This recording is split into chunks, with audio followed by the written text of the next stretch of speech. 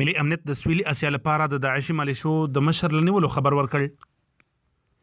د کابل ادارې د ملي امنیت ریاست خبر ورکړی چې ګډو ځواکونو د پوځي عملیاتو په ترڅ کې د سویلي اسیا او ختیځ لپاره د داعش ډلې مشر ضیاء الحق چې په شیخ ابو عمر الخراساني مشهور و نیولی دی. خبرپاڼه کې راغلی چې دغه عملیاتو کې سویلي اسیا کې د داعش ډلې د عامه اړیکو مسؤل صهیب او د یادې ډلې د استخباراتو مسؤل ابو علي هم نیولي دي. ملي امنیت ریاست ویلي دي چې د داعش ډلې دا غړي په بند کې د یادې ډلې د نورو غړو د اعترافاتو پر بنسټ نیولي دي.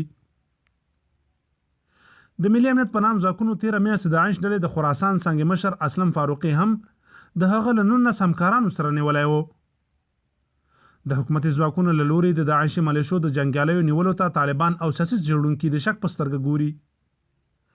طالبان ادعا کوي چې د داعش جنګیالي د دوی له عملیاتو قصدن ژغورل کیږي او بیا د دوی پر وړاندې جګړې ته استول کیږي.